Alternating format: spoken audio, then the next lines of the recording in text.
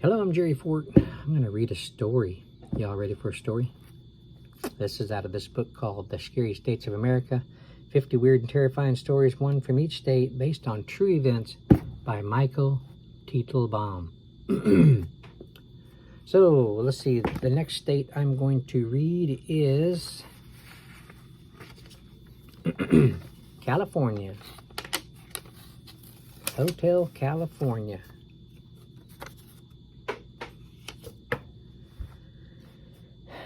The ghost in aisle 15C. He's just shopping.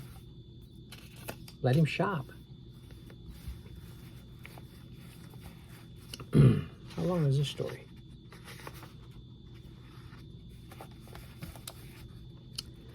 Amanda Walker's not a fellow paranormal nerd like I am. She's just a regular girl who ended up with a totally sucky summer job in Sunnyvale, California. If you take a job in a toy store, you might expect to deal with bratty kids or stressed out parents, but an axe-wielding freak in one of the aisles? She deserves a lot more than minimum wage. Here's what she emailed me.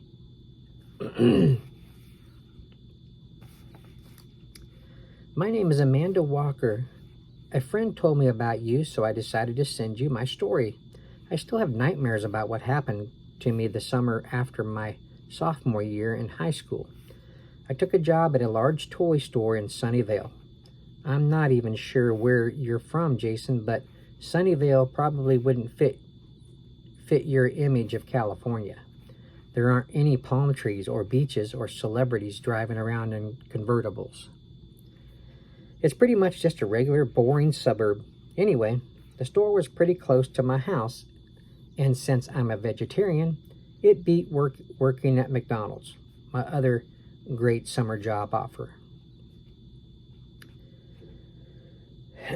The creepy stuff started on my first day. The other kids working at the store told me that all new employees started over on aisle 15C as a kind of initiation. I just shrugged. Whatever. Doesn't matter to me. Hey, I was only going to be there for 2 months. I could deal with some lame pranks. So I got to work stacking boxes and boxes of dolls and on the shelves. Boring. About 10 minutes into it, though, I felt someone tap me on the shoulder. I figured it was just someone who was going to give me something else to do, or maybe even ask me if I wanted to join them for lunch. Since it was my first day and I didn't know anybody, I turned around, but no one was there. I went back to my work, and then it happened again. I was positive I felt a finger tap my shoulder, but again, nobody was anywhere near me. All right, who's the comedian? I thought. Is this your version of Initiate the Rookie? I'd gone back to stacking boxes when suddenly a blast of cold, rank-smelling air hit me right in the face. Whoa, I thought, coughing and waving my hand in front of my face. Did someone crawl into the air conditioning duct and die? I took a step back and the temperature rose instantly. The smell of new plastic replaced the stench of rotten flesh. I was now officially freaked out, not wanting anyone to think I was crazy though, and mostly not wanting to get fired on my first day. I just went back to work. I pulled a ladder over and climbed to the highest rung so I could stack dolls on the top shelf. As I reached up to put a doll in place, I felt fingers running through my hair.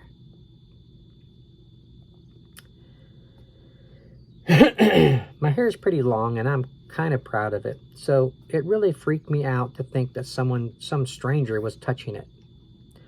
Then I remembered that I was on the top rung of a ladder. I shrieked and lost my grip on both the ladder and the doll I was holding. The doll fell to the floor and I was sure I was about to follow. Reaching out at the last second, my fingers gripped one side of the ladder just as my feet slipped from the rung.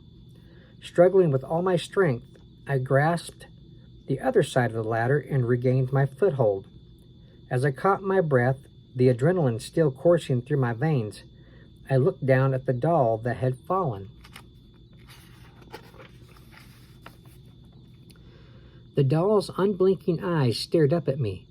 Its tiny plastic lips curled into a frown, and a small tear escaped from its left eye. Aw, that's sad. "Help me," it cried. "Help me find Elizabeth." The first thing I have to do is get off this ladder, I thought, fighting to hold back the wave of terror sweeping through my body. "Help me," the doll cried again.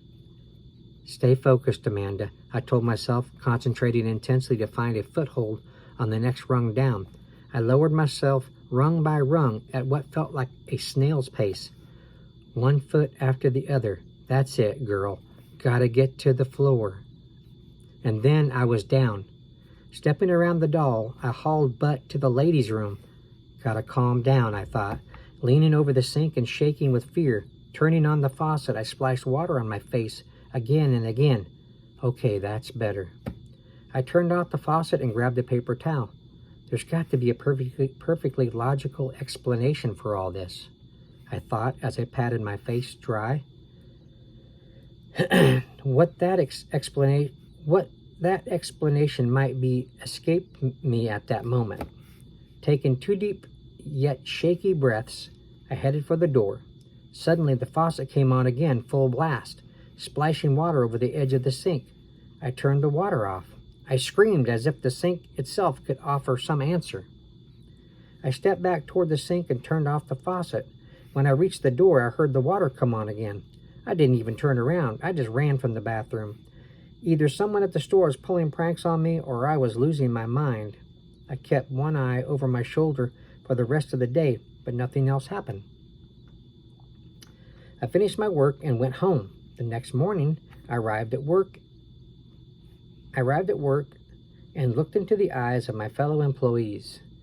People nodded politely, but no one gave any hint that they were aware of the creepy stuff that had gone on the day before.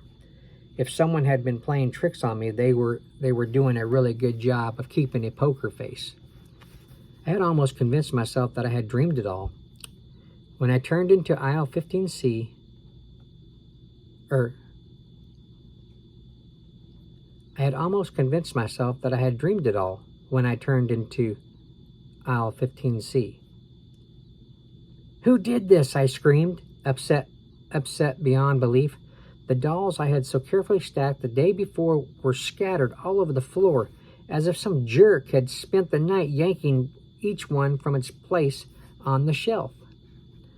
This little game has gone too far, I thought.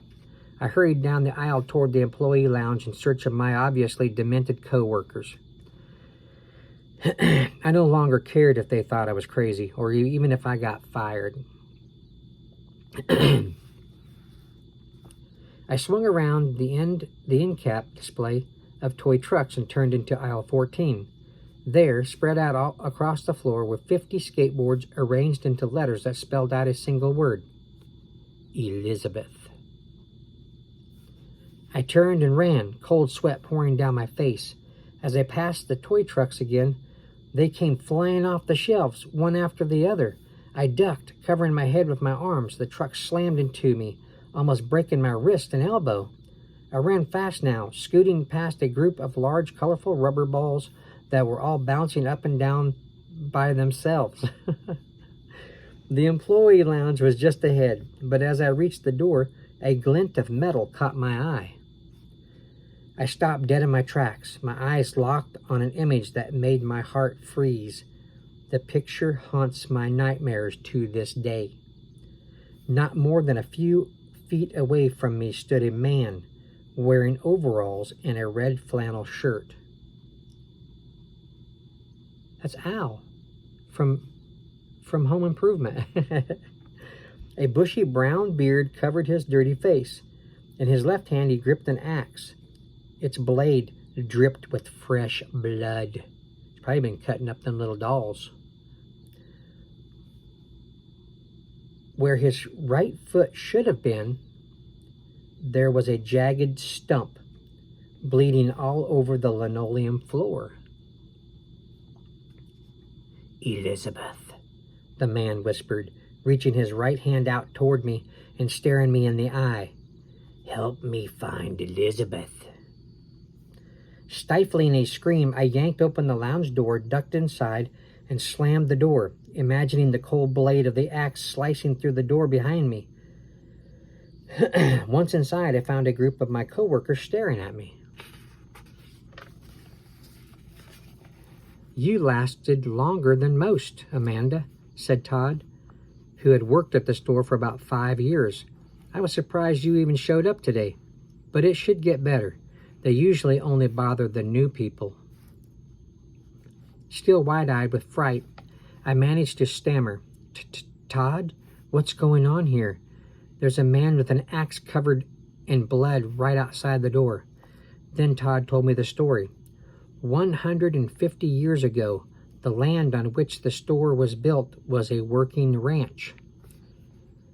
A man named Johnny Johnson, a traveling preacher, moved out to California to work as a hired hand on the ranch. He fell in love with a young woman in the area named Elizabeth Yuba Murphy Taffy. Wow, what a name. Elizabeth Yuba Murphy Taffy? Only to discover that she was engaged to an East Coast lawyer.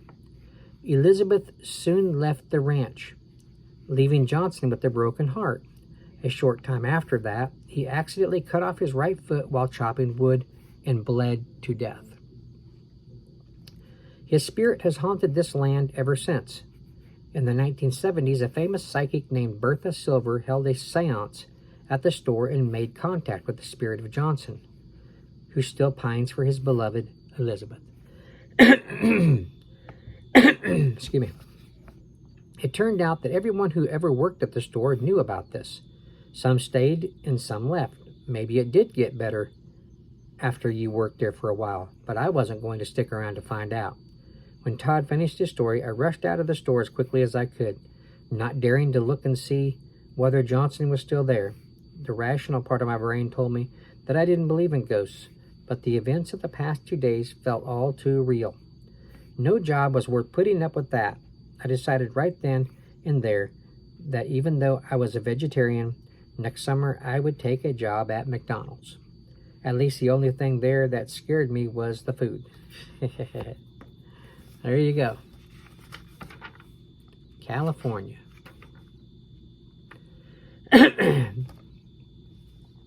Okay. If you're into books like this, you like the paranormal, you collect books of the paranormal, you like the stories, buy you a copy of this book for your collection. You may really enjoy it. 50 stories that are pretty interesting, entertaining. Excuse me. Author is Michael Teitelbaum. There you go. Yep, thanks for watching. Appreciate it. We'll see you on the next one.